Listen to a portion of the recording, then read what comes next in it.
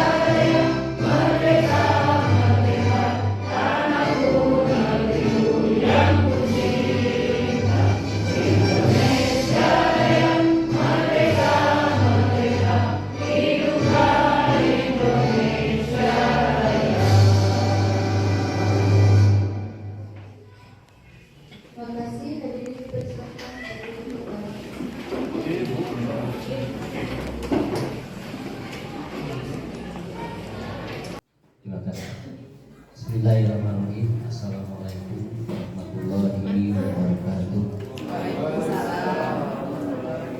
Alhamdulillah, Alhamdulillah,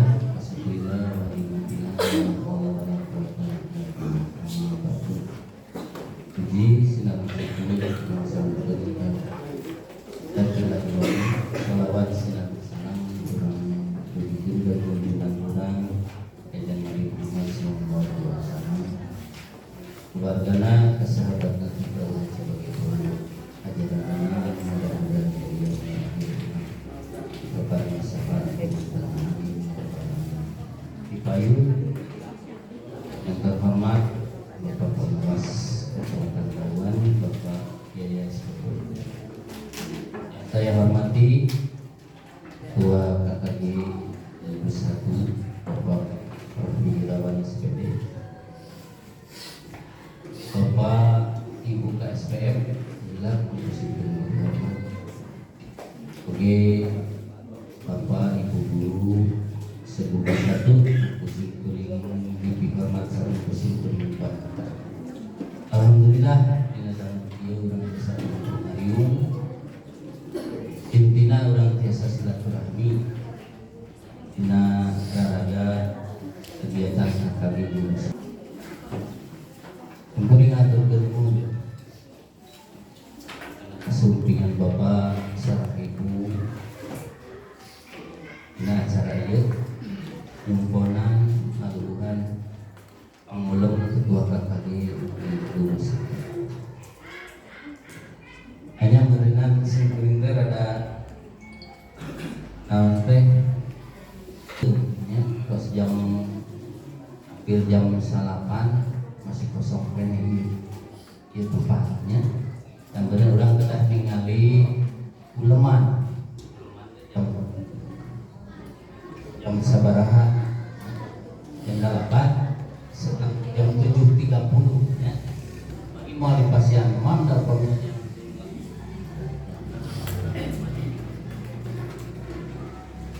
uleman jam 7.30 terus jam 8.33 masih kosong kene kapayun dengan abdi nyuwun tepatilah uleman supados tiasa ngalaksanakeun langkung cepat nya berenang materi lengse jam 11 dan buat gitu nya dan langkung tinta 12 tiasa masih mah daya anggaran dan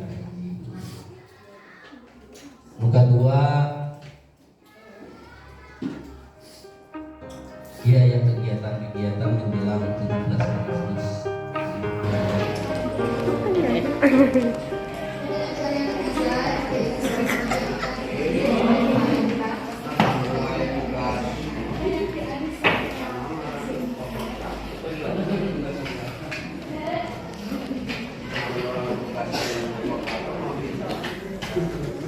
Assalamualaikum warahmatullahi wabarakatuh. Allahumma sholli ala sayyidina wa habibina wa syafiina wa karimina wa maulana Muhammad wa sallim wa rabbiyana wa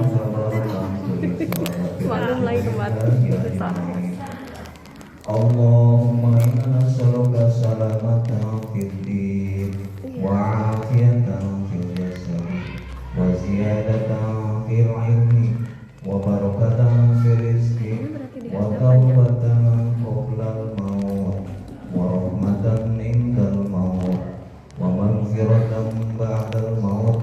Allahumma hawwin 'alaina fi syakaratil maut wal nazati minan nari wal afwa indal hisab. Subhana rabbika rabbil izzati amma yasifun wa salamun alal mursalin walhamdulillahi rabbil alamin. Assalamualaikum.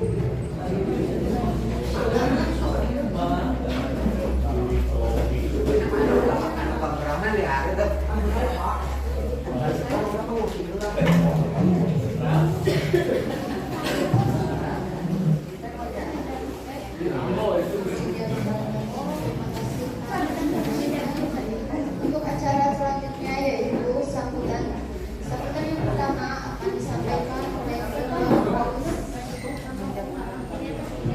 Ketua KKG. Silakan.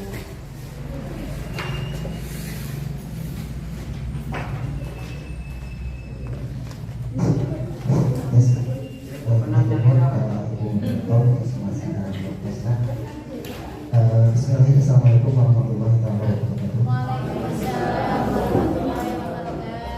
Yang pertama, kalian tersebut beberapa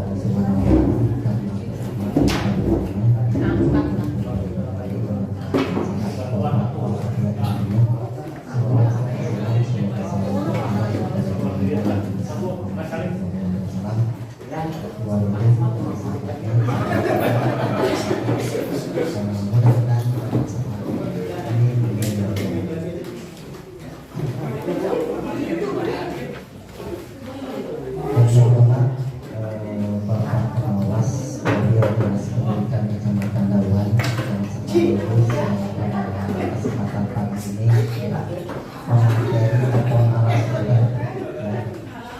dan ketua gugus satu yang saya hormati Bapak Ibu Kepala Sekolah Sekolah Satu sama yang saya hormati Bapak Ibu Guru Sekolah Satu yang saya hormati dan saya banggakan yang sekaligus menjadi mitra kerja pendidikan selama 2 tahun. Terima kasih telah menyempatkan untuk datang ke saya. Ada beberapa hal yang ingin saya sampaikan pada kesempatan pagi ini. Yang pertama kaitan dengan materi yang akan disampaikan pada pagi kali ini, yaitu yang pertama itu isi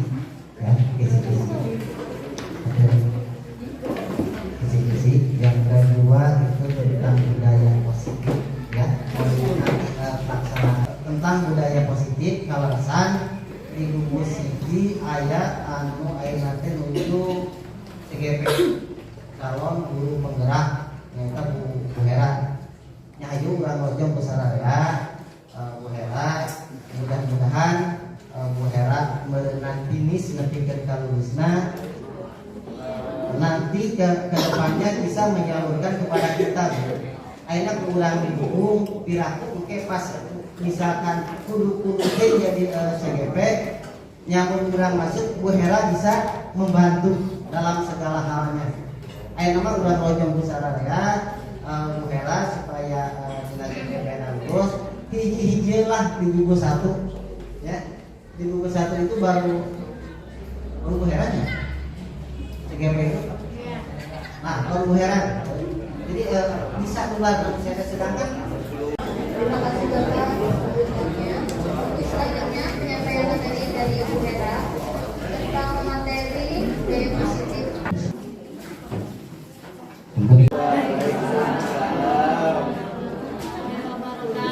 Kebetulan ya Bapak Ibu, mengerti tadi ada kendala teknis.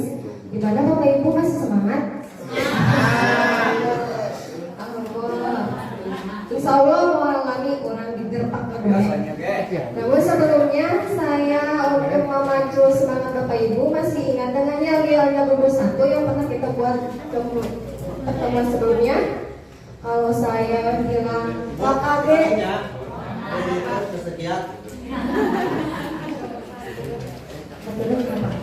KKG gugus 1, Ibu bilang pasti bisa. Ingat ya Bapak Ibu ya? Ya nggak ngantuk dan rada-rada semangat. Kita santai saja, boleh makanan minuman upami ayam makan sudah.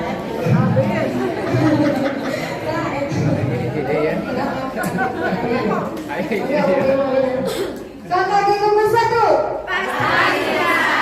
Luar biasa. Tepuk tangan buat Bapak Ibu semua.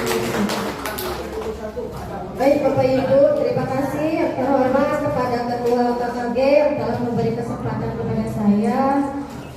Yang kedua, Ketua K3, Ketua gugus 1 Cisampi yang telah berkenan menerima saya dan memberikan kesempatannya, serta Bapak Ibu KSPM gugus 1 Dawan.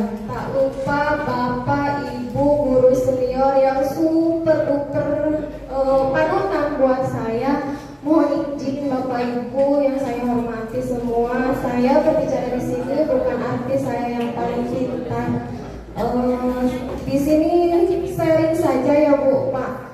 Dan betul sekali di mana saya sedang mengikuti program guru penggerak angkatan 8. Di sini adalah salah satu tugas saya membuat aksi nyata, mengimplementasikan apa yang saya peroleh di pendidikan tersebut. Nah, kemarin itu saya baru menyelesaikan satu modul, yaitu modul budaya positif itu 1.4. Maka tuntutannya adalah membuat aksi nyata. Dan bukan hanya itu, saya berharap selepas kegiatan ini apa yang saya nanti sampaikan, mari kita bisa mengimplementasikannya terhadap terutama untuk diri pribadi saya dan kita di kelas, sehingga bisa mengimplementasikan di sekolah masing-masing ya Bapak Ibu. Punten sakalideui sanes abdi wawantunan upami ningalma alim abdi ge alim. Karena belum tadi ya, ketika kita sudah memilih, berarti kita harus tahu konsekuensinya. Baik Bapak Ibu, untuk mengefektifkan waktu sejenak.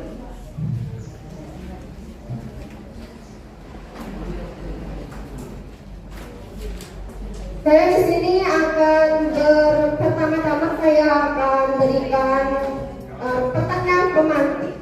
Jawabannya setuju atau tidak ya Bapak Ibu? Enggak, orang refleksi rasa kenal. Yang pertama, hukuman dapat mendisiplinkan siswa. Bapak Ibu setuju atau tidak? Ya. Ada setuju Pak?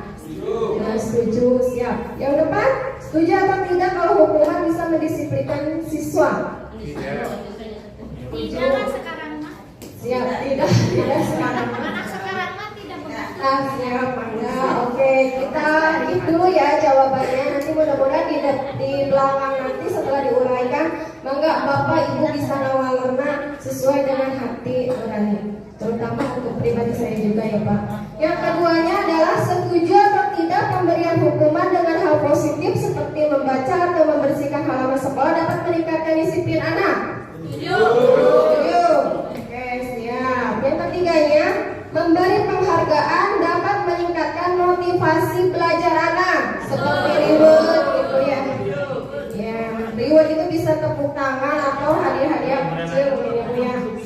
Oke, setuju ya Pak, Bu. Yang nomor 4-nya, Guru harus mampu memberikan solusi dalam permasalahan siswa. Siap. Yang kelimanya, guru berperan sebagai teman bagi siswa. Apalagi yang sudah Bapak Pengawas tadi sampaikan, tri pedoman ya yang disampaikan apa difilosofiskan pada Ki Hajar Dewantara, bahwa kita harus bisa menjadi contoh, membimbing dan mendorong. Nah, mari Bapak Ibu kita rubah positif mindsetnya. Berpikiran kita rubah untuk ke arah yang positif. Apakah sih makna budaya positif? Seperti apa contoh penerapan positif yang telah kita terapkan? Sekira-kira sampai sini Bapak antos aya kolom-kolom taca naon sih budaya positif teh? Anu baik-baik kebiasaan baik. Bagus. Ya betul Bapak Ibu sekalian, budaya positif adalah perwujudan nilai-nilai atau keyakinan universal yang diterapkan di sekolah. Kebiasaan-kebiasaan sekolah yang berpihak pada peserta didik agar mereka dapat berkembang menjadi pribadi yang kritis, penuh hormat dan bertanggung jawab. Tadi Bapak Pengawas sudah mencontohkan seperti halnya positif disiplin. Terus apa lagi Bapak Ibu? Bertanggung jawab, jujur, religius. Nah, seperti apakah upami ninggalama seperti nu balik kayaknya untuk itu. Oke, kita lanjut dulu. Apa sih yang harus kita berubah dari paradigma itu sehingga semuanya itu tidak dirasakan untuk memaksa kesannya? Seperti filosofis pendidikan yaitu Bapak Ki Hajar Dewantara, bahwa anak itu bukan tabula rasa yang tidak punya apa-apa. Contoh seperti kertas kosong yang belum tahu apa-apa. Nah, paradigma itu mari kita robah. Anak itu sudah mempunyai kodrat alam dan kodrat zaman. Atau kodrat alam itu karakter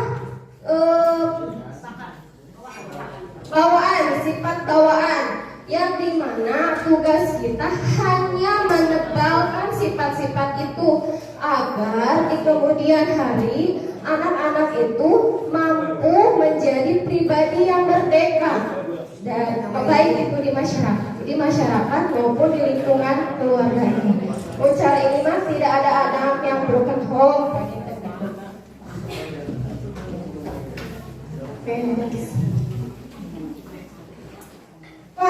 Konsep inti untuk menciptakan budaya positif itu ada 5 ya Bapak Ibu. Yang pertama, disiplin positif dan nilai-nilai kebajikan universal yang tadi disiplin, tanggung jawab. Nah itu yang harus kita bentuk baik di pribadi kita maupun ke anak-anak juga.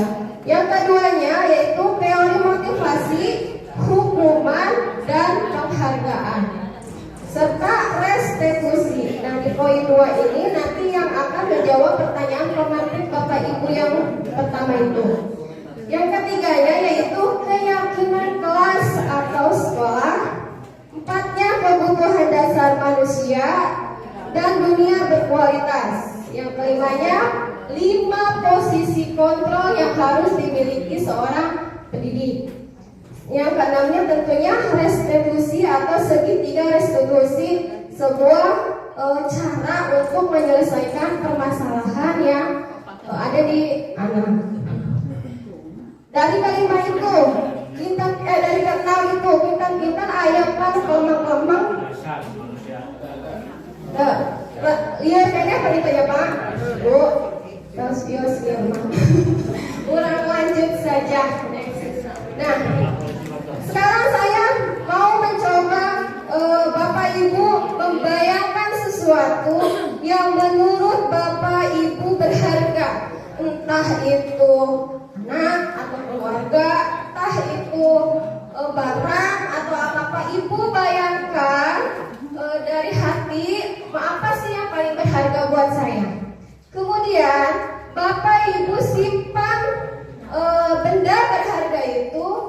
di telapak tangan Bapak Ibu dan genggam sekuat-kuatnya, genggam erat sekuat-kuatnya. Jangan sampai cita-cita atau harta yang kita anggap berharga itu direbut sama orang lain. Kira-kira apa yang akan Bapak Ibu lakukan? Apakah mempertahankannya atau memberikannya karena teman kita atau yang lainnya menginginkan itu, dibujuk rayu di berbagai macam cara? Apa yang akan Ibu Bapak lakukan? Apakah tetap mempertahankannya? Ya. Siap. Betul ya Bapak Ibu, kita akan mempertahankan dengan sekuat tenaga kita karena itu adalah harta bagi kita. Nah, begitupun dengan budaya positif ini Bapak Ibu. Harta yang kita ilustrasikan seperti itu adalah keyakinan yang tumbuh di hati kita ataupun di anak didik kita.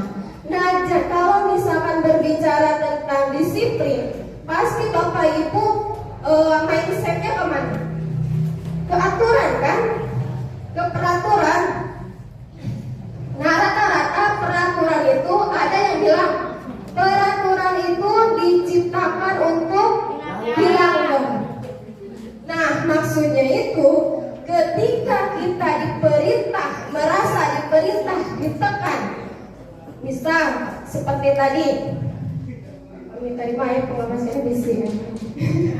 Seperti tadi kan mau kisi-kisi. Ketika hati kita belum meyakini kisi-kisi itu kita butuh banget sama kisi-kisi itu, apakah kisi-kisi itu akan dilaksanakan? Tidak, karena mindsetnya kita hanya bertugas. Ya bisa untuk tugas. Tetapi ketika mindset kitanya ini adalah menjadi panggilan jiwa, menjadi keyakinan, maka dengan tidak ada diperintahkan membuat kisi-kisi, insya Allah Bapak Ibu semuanya pasti akan membuat sendirinya. Jadi ibarat ngangge helm Bu, ngangge helm kami bermotor. Sementara ini apa yang di benak Bapak Ibu? Pasti siap Bu, polisi. Kami ayo polisi jadi tilang. Padahal esensi dari peraturan memakai helm itu apa? Melindungi dari keselamatan kita dari kecelakaan. Nah, ketika kita sudah yakin bahwa peraturan helm itu untuk melindungi diri kita, ayah polisi, ibu pakai mau helm kami di rumah. Intinya, tadi Bu, keyakinan. Nah, bagaimana sih menumbuhkan keyakinan kita? Nah, jujur pribadi saya untuk membicarakan budaya positif itu asa nampar diri sendiri gitu Bu. Ternyata itu bukan apa-apa. Bisa aja ngomong kesana kemarin, ternyata diri sendiri pun belum tentu seperti itu dan tidak pernah melakukan seperti itu. Karena apa? Esensinya dari awal yang penting jadi guru. Nah, itulah sampai saat ini refleksi yang saya dapatkan dari program Guru Penggerak. Alhamdulillah dasar jadi curhat seperti tadi. Setelah nama kenal Guru Penggerak, abi ngejar apa PPG Bu. Tadi awal nanti kena Guru Penggerak lah gitu. Tapi setelah saya mendalaminya, setelah saya menempuh pendidikan hampir 3 bulan saat ini, ada hikmahnya buat saya. Walaupun saat ini saya hanya bisa merefleksi bahwa seharusnya mereka Hera seperti ini. Jadi tumbuh kecintaan Hera sebagai guru, namanya jadi tumbuh Bu. Baru tumbuh udah belasan tahun Hera Sukwan, baru sekarang tumbuh gitu. Kan manusiawi sekali ya. Ketika kita menilai orang lain, sedetil apapun, sekecil apapun kesalahan teman kita, pasti terlihat. Tapi posisinya kita balik, mampukah kita? Nah itu Bu yang mantap merinding kami misalkan remote tadinya gitu. Oke. Apakah sih makna disiplin itu? Tadi teh Pak Salares nama disiplin itu belajar. Makna asal dari kata berkontasi dengan disiplin dan dari murid Sukret dan Plato. Disiplin itu sesuatu yang dilakukan seseorang pada orang lain. Tadi Pak, disiplin itu belajar dari tidak bisa menjadi bisa, dari tidak taat menjadi taat. Dan ketika dalam proses itu, bolehkah anak atau kita berbuat salah? Boleh ya? Boleh. Karena dengan apa? Tadi saya apa? Abdi wae oke. Upami kita melakukan kesalahan, tidak tahu yang betulnya. Tuh. Jadi contoh, kita ingin menerapkan peraturan disiplin tentang berpakaian. Kalau kita keluarkan, harus rapi. Ketika dalam proses itu, adakah anak yang keluarin bajunya? Ada ya Bu? Ada. Dan itu adalah hal yang manusiawi. Itu adalah proses belajar anak. Tugas kita kumaha sih si budak eta teh supaya paham yakin apa naon gunana berpakaian seragam yang rapih teh. Nah, kan tong heran bapak ibu geus ngecebrek wae, mana teh baju dikeluarkeun terutama abinya Bu. Eta baju kunaon dikeluarkeun? Oh iya Bu, sabuat hareupeun urang diasupkeun deui. Urang mah keluarkeun deui. Karena secara menurut ini ya Bu, itu belum tumbuh keyakinan di anak, belum bisa bermanfaat peraturan itu ke anak. Sakumaha digebrek-gebrek ke orang ya. Ketika itu belum tumbuh di anak, insya Allah semuanya akan menjadi air di dalam daun talas. Tapi mudah-mudahan selanjutnya kita nggak seperti itu.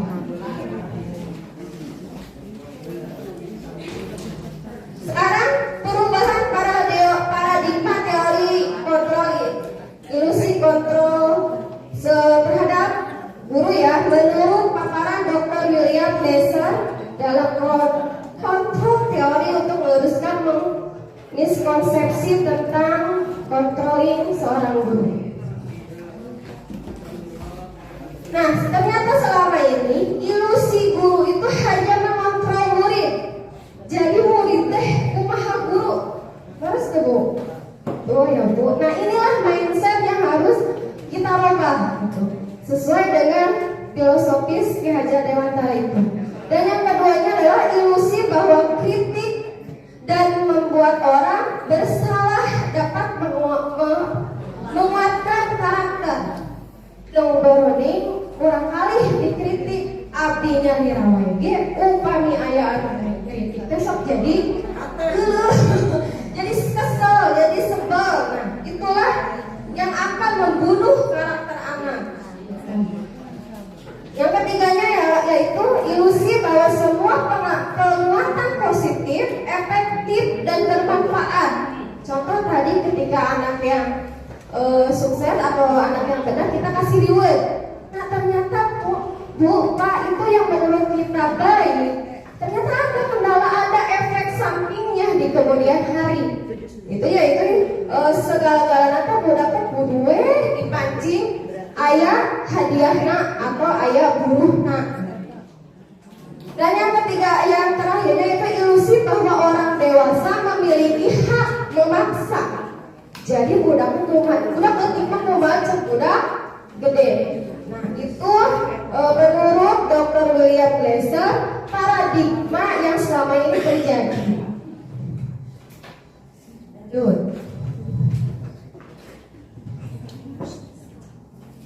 Karena kita tanya pada diri kita, bisakah kita mengontrol seseorang?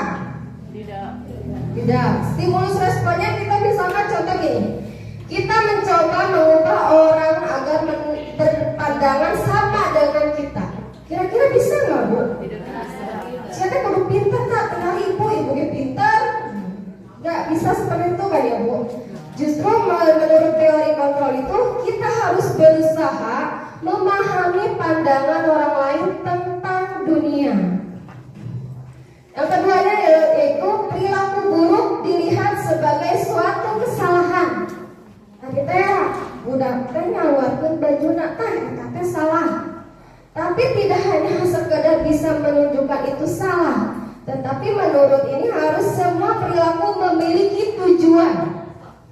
Dari Rasulullah naon anjeun teh dibuka buah handang teh, buat naon teh. Nah, selama ini kita belum pernah menyentuh itu. Ketiganya, orang lain bisa mengontrol saya. Harapannya itu hanya Anda yang bisa mengontrol diri saya sendiri. Dengan tadi ilustrasinya Bu, non orang teh pakai helm teh sieun jelengka. Berarti diri siapa yang bisa mengontrolnya? Kan diri sendiri kan. Jadi tidak bisa dipaksa-paksakan orang. Contoh yang selanjutnya, pemaksaan ada pada saat rujukan gagal. Seharusnya berkolaborasi dan kesepakatan menciptakan pilihan-pilihan baru. Model berpikir menang atau kalah diganti sekarang mah model berpikirnya menang. Jadi apa sih Bu? Apa makna disiplin itu?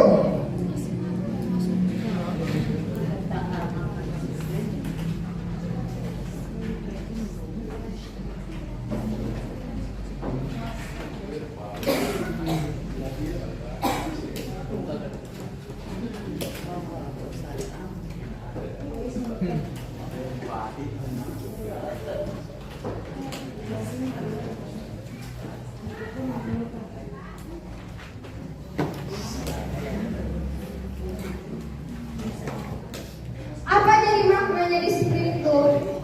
Kata disiplin sering dikaitkan dengan tata tertib, kepatuhan, juga sering disebut peraturan.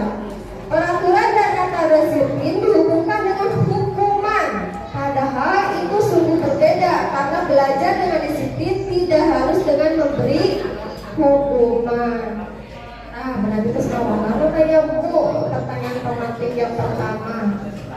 Jadi apa maksud dari membudayakan budaya positif itu di sekolah? Ya tujuannya ke sini, menumbuhkan nilai-nilai kebajikan yang tertuang pada profil pelajar Pancasila. Yang 6 itu ya Bapak Ibu, pertama kepada Tuhan Yang Maha Esa, mandiri, gotong royong, kreatif, bernalar kritis, dan berkebinekaan global. Jadi apa? Jadi teori motivasi perilaku manusia itu ada 3. Ada motivasi eksternal, ada motivasi eksternal dari lingkungan setempat, dan yang paling itu motivasi internal dari diri sendiri. Kita contoh motivasi eksternal dari luar. Untuk menghindari ketidaknyamanan atau hukuman. Daripada orang dihukum untuk ngangge baju nu seragam, nah ayeuna mah urang rek sakola atau kasih PR. Urang rek ngerjakeun PR, cek ibu piwara ngerjakeun PR, dari lamun teu ngerjakeun PR dihukum. Daripada oke urang isuka dihukum, arek ngerjakeun PR. Jadi ngerjakeun PR teh karena faktor eksternal dan di hukum. Yang keduanya, untuk mendapatkan imbalan. Nah, tadi yang biasa kita kasih reward untuk yang pertama sekali 2 kali mungkin is okay. Tapi kalau berkelanjutan, nanti si anak teh arek kerjakeun PR isukan abeh ayah hadiah dari ibu guru. Jadi masih ada faktor eksternalnya walaupun itu segi positif. Nah, yang paling kita tekankan untuk menghargai diri sendiri, menjadi insan sesuai harapan kita. Nah, anu kedah diciptakeun mah udah teh ngerjakeun PR teh anak abdi datang ka sakola kedah enjing teh untuk udah tertanam di hati dan keyakinan diri saya, setidaknya untuk menghargai diri sendiri. Jadi kalau ketiga teori itu, kira-kira teori mana Bu yang seharusnya atau kita laksanakan? Tenang ya, otomatis tentang keyakinan. Lamun orang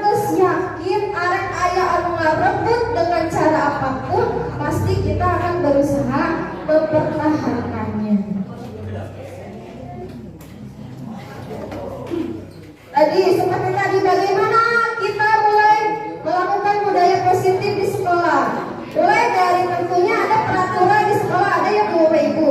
Nah, nanti kita merujukan lagi peraturan sekolah atau peraturan kelas kita rujuk ke keyakinan kelas.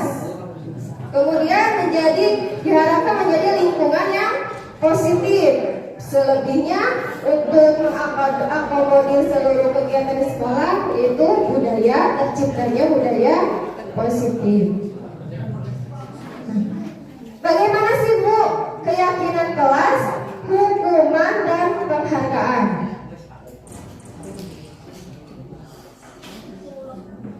Mengapa tidak peraturan saja? Mengapa harus keyakinan kelas? Karena kita memiliki peraturan harus menggunakan helm tadi ya Bu.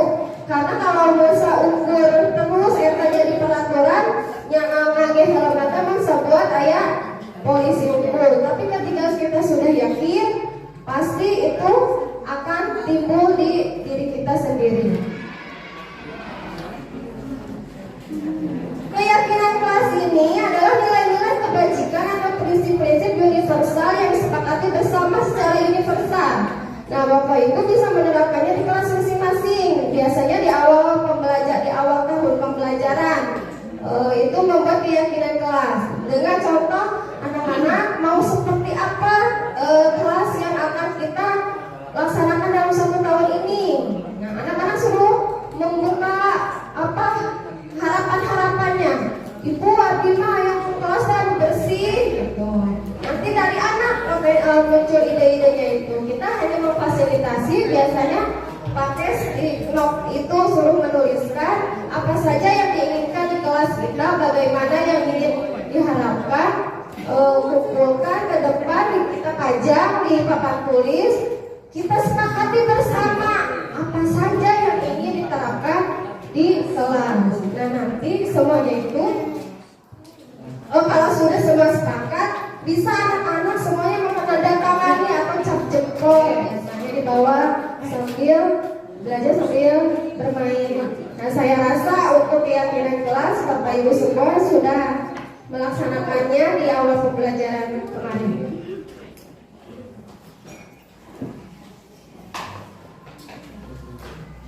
Nah, sekarang ke hukuman dan konsekuensi. Ini ada saya di beberapa ilustrasi tindakan guru seperti mencatat 100 kali di dalam buku kalimat saya tidak akan terlambat lagi. Seperti contohnya bila ada yang datang terlambat. Menurut Bapak dan Ibu, apakah ini hukuman atau konsekuensi? Mencatat 100 kali saya tidak akan terlambat di buku nanti terus saya lembar gitu. Itu hukuman atau konsekuensi? Hukuman. Lari mengelilingi lapangan basket 2 kali karena terlambat hadir di sekolah. Hukuman. Murid diminta untuk push up 15 kali karena tidak menggunakan masker di sekolah. Hukuman juga. Menggantikan kertas tugas teman yang telah dicoret-coret. Konsekuensinya adalah mencoret-coret buku, mual makan, ya berarti konsekuensi. Membersihkan tumpahan air di meja tulis karena tersenggol pada saat belajar.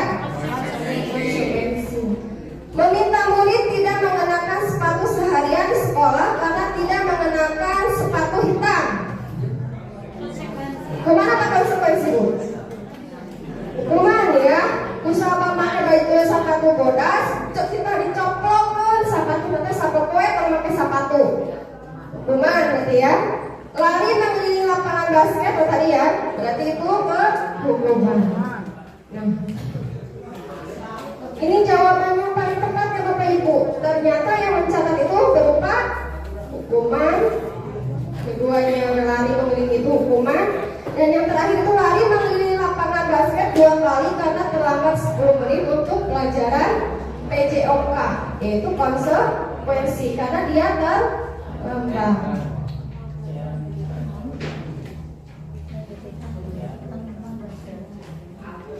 Jadi apa perbedaan hukuman dan konsekuensi? Nah, salah satunya ini. Kalau hukuman sesuatu yang menyakitkan harus terjadi. Sedangkan konsekuensi sesuatu itu karena ada penyebabnya. Jika tadi lamun makin nyoret-nyoret buku beureut moal kita menggantian. Nah, itu antara perbedaan antara hukuman dan konsekuensi. Lanjut aja Ibu ya. Nah, kemana? Karena kenapa kita harus menyadarinya? Karena kita harus mengenal kebutuhan dasar manusia. Ada 5 kebutuhan dasar, yaitu satunya cinta, kasih yang diterima, penguasaan, kesenangan, dan kebebasan. Yang tengahnya itu kebutuhan hidup, survival. Ini ada contoh ilustrasi ya Bapak Ibu. Ibu Ani, guru kelas 5 di SD Pelita Hati, sedang bingung menghadapi ulah salah satu murid di kelasnya, Agus. Beberapa anak telah datang dan mengeluhkan Agus yang seringkali meminta bakal makanan siang mereka dengan paksa. Jika Anda menghadapi situasi seperti Ibu Ani, apa yang Anda akan lakukan? Kira-kira apa Bu? Ada anak kita, ya anak didik kita, sok metaan wae dahareun batur maksa. Betul ya Bu, Pak ya. Sebenarnya mah kasus-kasus ini sudah sering kali ya, dan sebenarnya mah budaya positif itu sudah ditanamkan. Mung terperang kamina sama ini itu apa? Nah tadi saya karena 5 ada kebutuhan dasar yang ingin dicapai seorang anak, maka alangkah baiknya kita tidak langsung menjudge, tapi menanyakan, buah punten, tak acamam di bumina. Berarti itu kebutuhan si anak pada waktu itu bertahan hidup, sandang pangan, nanti lapar. Maka dari orang lapar, jadi udah paksa pada jangan. Nah dari situ jadi harus ada 5 posisi kontrol yang kita dapati, yang kita punyai dari kasus itu. Kita ujung-ujung mana kalau sih ada utang web tuh jadi wajib. Nah tidak seperti itu. Apa sih 5 posisi kontrol itu? Yang pertama sebagai penghukum. Nah tadi apakah membuat mereka merasa bersalah? Contohnya apa yang bersalah tuh? Ya gara-gara mana? Ngaraputan wae daharudana jadi we si eta ciri. Jadi nyalahkan kanu maksa tadi. Itu adalah membuat rasa bersalah. Sebagai teman, sebagai pemantau, dan yang terakhirnya kita harus sebagai manajer. Kami cekap waktu nama hoyong disematkan ya nama. Oke, dari saya simpulkan dari 5 posisi kontrol yang seharusnya kita miliki, yaitu posisi kontrol sebagai manajer ya Bapak Ibu. Selanjutnya next pertemuan selanjutnya.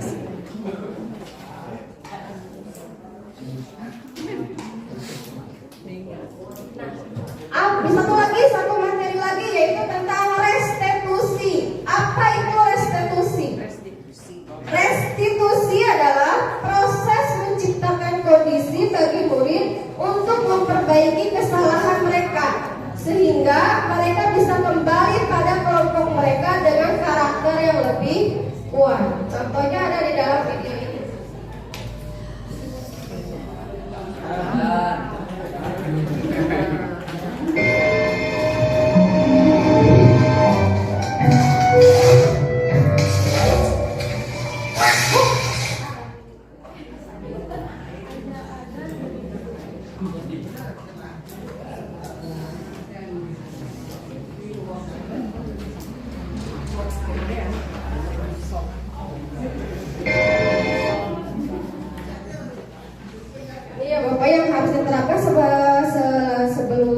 Setelah video itu sebenarnya ke segi 3 restitusi. Tapi nggak apa-apa, next time aja ya Bapak Ibu. Hatur nuhun satacana hapunten upami ngawagel. Terima kasih atas kesempatannya. Lain kali kita akan bertemu dan mudah-mudahan apa yang sedikit saya sampaikan menjadi penasaran sehingga bergerak untuk terus belajar dan belajar. Mohon maaf apabila ada salah-salah kata. Terima kasih. Wassalamualaikum warahmatullahi